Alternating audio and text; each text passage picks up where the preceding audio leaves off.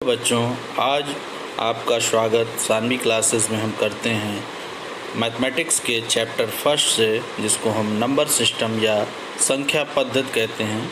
इसके कुछ महत्वपूर्ण बिंदुओं पर आज हम चर्चा करेंगे, जिनसे आपको सभी फार्मूलों को याद करने में आसानी होगी।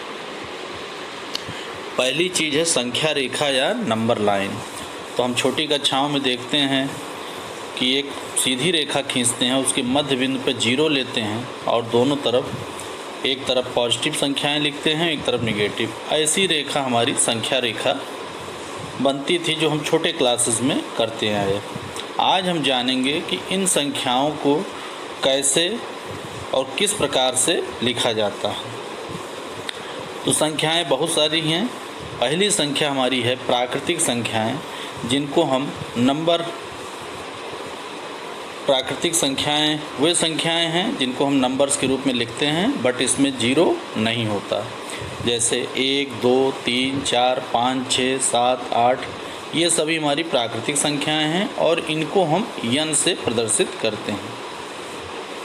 दूसरी संख्या हमारी है पूर्ण संख्या, जिसे हम w से प्रदर्शित करते हैं। और प्राकृतिक संख्या में अगर 0 जोड़ दिया जाए तो वह संख्या का पूरा समूह पूर्ण संख्या कहलाता है। तो 0, 1, 2, 3 पूर्ण संख्याएं हैं। इसके बाद तीसरी संख्या हमारी आती है पूर्णांक संख्या, जिसमें धन पूर्णांक और ऋण पूर्णांक आते हैं। ऋण पूर्णांक हमारे 0 से छोटे वाले संख्या हैं, -1, -2, -3। और धन पूर्णांक वे संख्याएं हैं जो 0 से बड़ी हैं, 1, 2, 3, 4, 5, 6 इस प्रकार। तो धन पूर्णांक और ऋण पूर्णांक ये अलग अलग भी समूह हो सकते हैं। धन पूर्णांक 1, 2, 3, 4, 5, 6 है और ऋण पूर्णांक -1, -2, -3 हो सकता है। और 0 को अगर इन दोनों समूहों में जोड़ दिया जाए तो वह पूरा समूह पूर्णांक संख्याओं का बनता है। अब आता है हमारी संख्या परमेय संख्या। परमेय संख्या किसे कहते हैं? वह संख्या जिसे हम p/q के रूप में लिख सकते हैं, जहाँ पर p तथा q कोई पूर्णांक हो और q हमारा 0 ना हो। एक रूप से परमेय संख्या को हम इस तरीके से लिखते हैं, जैसे कि 2/1, 3/1, 4/1, 1/1 ये सारी संख्याएं हमारी क्या हैं? p/q फॉर्म में हैं, अतः ये परमेय संख्याएं हैं। दूसरा, उस दशमलव प्रसार का शांत दशमलव हो, जैसे 2/5 को 0.4 लिख सकते हैं।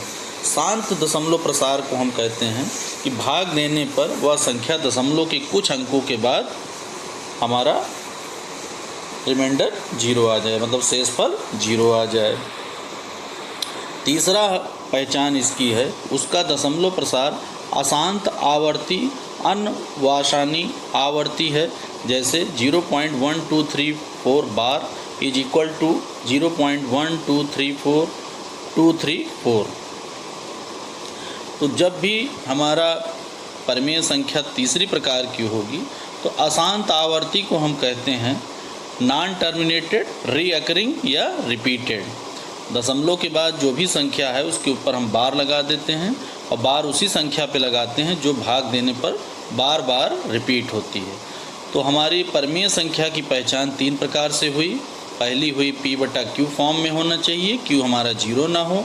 दूसरा, हमारा दशमलव प्रसार शांत होना चाहिए, मतलब टर्मिनेट कर जाना चाहिए। 2/5 को हमने 5 से भाग दिया तो 0.4 के बाद भाग नहीं जाएगा, क्योंकि शेषफल 0 हो गया। तीसरी पहचान है, उसका दशमलव प्रसार अशांत आवर्ती या अनवासनी आवर्ती है, जैसे 0.123 बार। अशांत आवर्ती का मतलब है टर्मिनेटेड, मतलब संख्या कुछ समय पश्चात, नॉन टर्मिनेटेड मतलब संख्या लगातार आती रहे, और रीअकरिंग मतलब रिपीट हो रही है। इसके बाद हमारी संख्या आती है अपरिमेय संख्या। तो अपरिमेय संख्या उन संख्याओं को कहते हैं जिन संख्याओं को हम p/q के रूप में नहीं लिख सकते हैं, जहाँ p और q पूर्णांक हैं और q 0 के बराबर नहीं है, या उसका दशमलव प्रसार अशांत अनावर्ती है। अशांत अनावर्ती मतलब नॉन टर्मिनेटेड, रीअकरिंग या नॉन रीअकरिंग या नॉन रिपीटेड।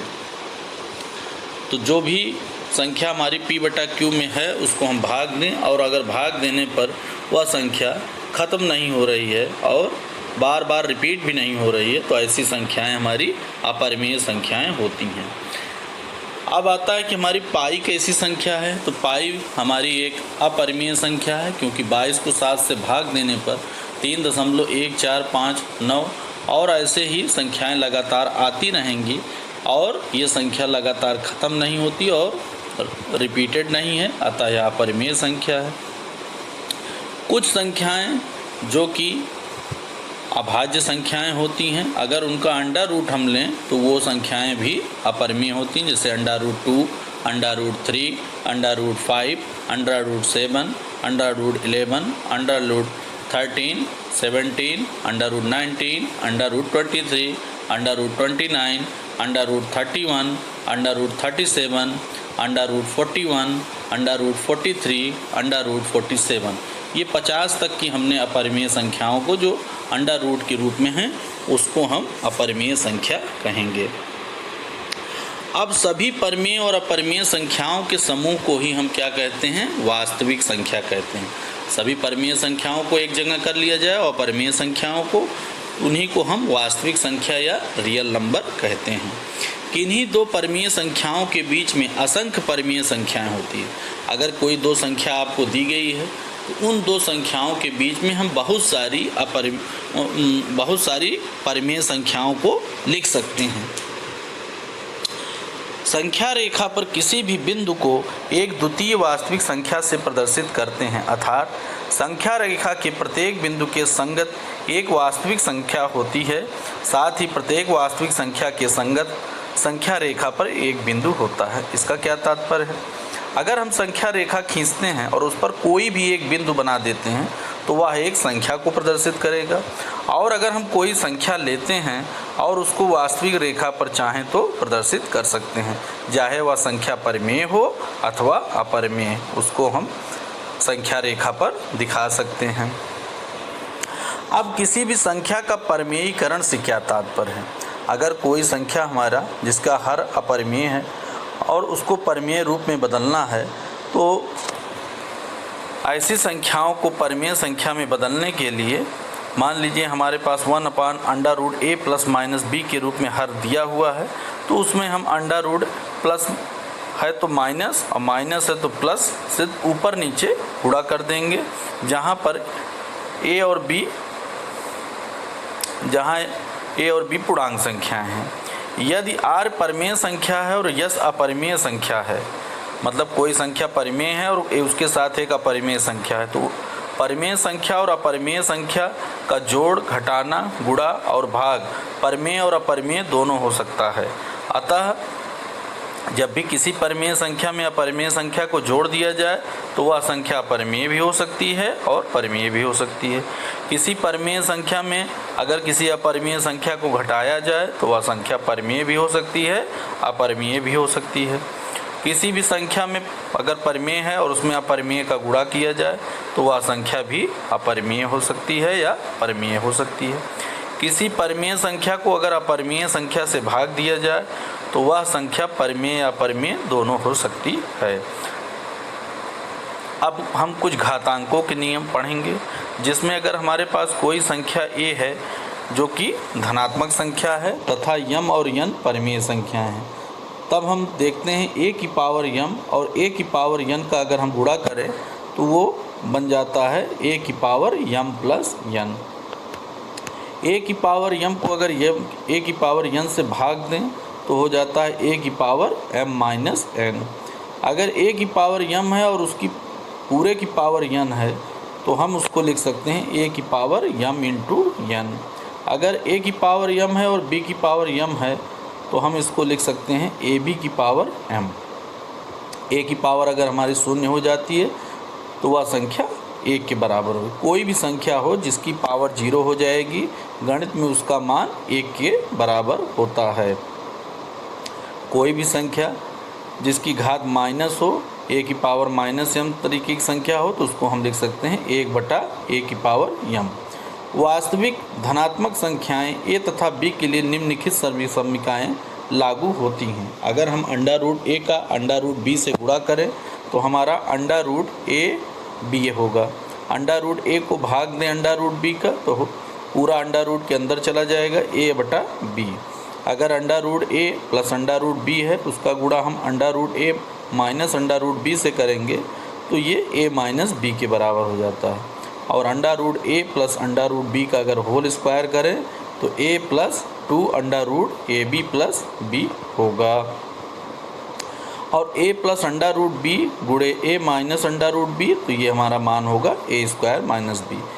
ये पांचों फार्मूले हमारे किसी भी संख्या के परमीयीकरण में बहुत ही सहायक होंगे या किसी भी दिए गए सवाल में उसके सरलीकरण में बहुत ही उपयोगी हैं। अतः इन समीकरणों को ध्यान से हमें देखना होगा।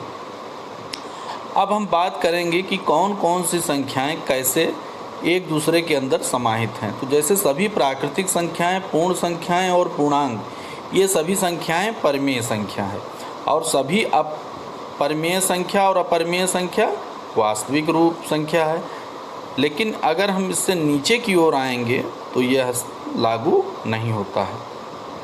अब इसके बाद हम बात करेंगे अभाज्य संख्याएं या प्राइम नंबर। तो ऐसी संख्याएं जिनकी केवल 2 गुणनखंड हैं, एक वह स्वयं और दूसरा एक, वे संख्याएं अभाज्य संख्याएं कहलाती हैं। उदाहरण के तौर पे 2, 3, 5, 7, 11, 13, 17, 19, 23। अब ये अभाज्य संख्याओं को अगर हम दूसरे रूप में देखें तो ये संख्याएं या तो 1 से भाग देने पर पूर्णतः विभाजित होंगी या स्वयं से विभाजित करने पर पूर्णतः विभाजित होती हैं। अन्य किसी भी संख्या से ये पूर्णतः विभाजित नहीं हो सकती हैं। भाज्य संख्याएं कौन सी हैं? वह संख्या जिनके 2 या 2 से अधिक गुणनखंड हों वे संख्याएं भाज्य संख्याएं कहलाती हैं। जैसे कि 4, 6, 8, 9, 12। तो 4 का हम गुणनखंड कर सकते हैं 2 गुणे 2, 4 गुणे 1, 1 गुणे 4। और भाज्य संख्याएं हमारी एक और स्वयं के अलावा कुछ और भी संख्याओं से पूर्णतः विभाजित हो जाती हैं, इसीलिए इनको हम भाज्य संख्याएं कहते हैं। एक ही संख्या एक ना तो भाज्य संख्या है और ना ही अभाज्य संख्या है। यह ही एक ऐसी संख्या है पूरे संख्या समूह में जो कि ना कि भाज्य संख्या कही जाती है और ना ही अभाज्य संख्या।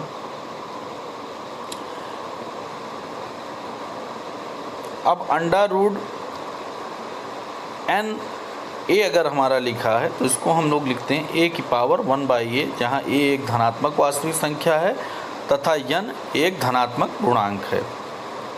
a की पावर m/n बराबर अंडर रूट n a की पावर m, तो ये पावर आपस में चेंज कर लेंगे तो ये a की पावर m अंडर रूट के अंदर चला जाएगा और n बाहर होगा, जहाँ a हमारी कोई धनात्मक वास्तविक संख्या है, m और n पूर्णांक तथा n धनात्मक है। अब वास्तविक संख्याओं को अगर हम बांटें तो 2 तरीके की संख्याओं में बढ़ती हैं।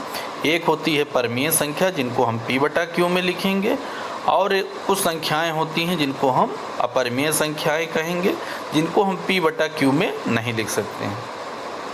अब कोई भी संख्या परिमेय है, p/q में है, तो उसका दशमलव प्रसार शांत होगा या अशांत आवर्ती होगा। मतलब दशमलव प्रसार अनावासनीय आवर्ती मतलब नॉन टर्मिनेटेड अकरिंग होगा। और जो भी हमारी अपरिमेय संख्या होगी वह या तो p/q में नहीं लिखी जाएगी, और अगर p/q में लिखी हुई है तो उसका दशमलव प्रसार अशांत अनावर्ती मतलब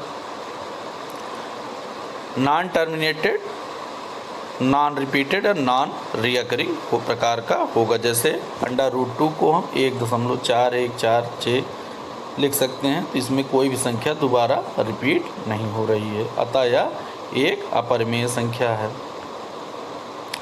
अब वास्तविक संख्याओं की कुछ हम उदाहरण देखेंगे जिनमें परिमेय और अपरिमेय संख्याओं का हम विभाजन करेंगे।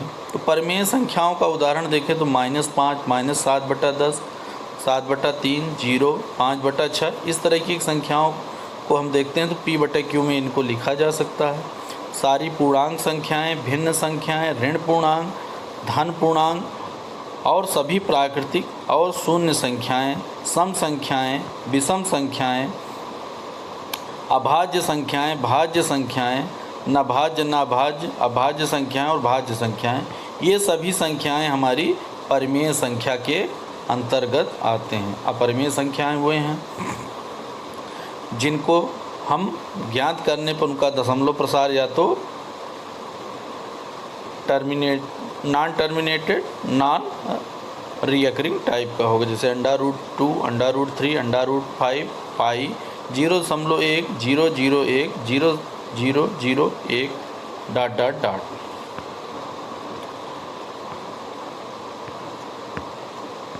तो इसमें और बहुत सारी संख्याएं हैं जिनके बारे में हमें जानना चाहिए। जैसे पूर्णांक संख्याएं हैं, तो ये धन पूर्णांक और ऋण पूर्णांकों, जैसे हमने ऊपर बताया कि -3, -2, -1, 0 तक ये ऋण पूर्णांक हैं। और उधर 0 के आगे हम बढ़ेंगे तो 1, 2, 3, 4, 5, 6, 7, 8, 9, 10 ये सभी हमारी पूर्णांक संख्याएं। भिन्न संख्याएं क्या होंगी? दो पूर्णांक संख्याओं के भाग देने पर या भिन्न संख्याएं प्राप्त होती हैं। जैसे 1 को हमने 2 से भाग दिया तो 1/2, 5 को 3 से भाग दिया तो 5/3, 7 को 5 से भाग दिया तो 7/5।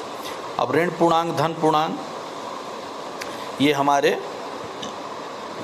संख्या रेखा पे प्रदर्शित किए जा सकते हैं। प्राकृतिक संख्याएं वे हैं जो 0 के अतिरिक्त सारी संख्याएं प्राकृतिक हैं और वो भिन्न के रूप में नहीं हैं। शून्य संख्या को अगर प्राकृतिक संख्या में मिला दिया जाए तो ऐसी संख्याएं हमारी पूर्ण संख्याएं बन जाती हैं। अब सम संख्या और विषम संख्याओं के बारे में भी बात करेंगे। सम संख्याएं वे संख्याएं होती हैं जिनको हम 2 से भाग देने पर वह पूर्णतः विभाजित हो जाती हैं। विषम संख्याएं वे संख्याएं हैं जिनको हम 2 से अगर विभाजित करें तो वह पूर्णतः विभाजित नहीं होंगी, कुछ न कुछ शेषफल अवश्य होगा, अतः वे संख्याएं विषम संख्याएं होंगी।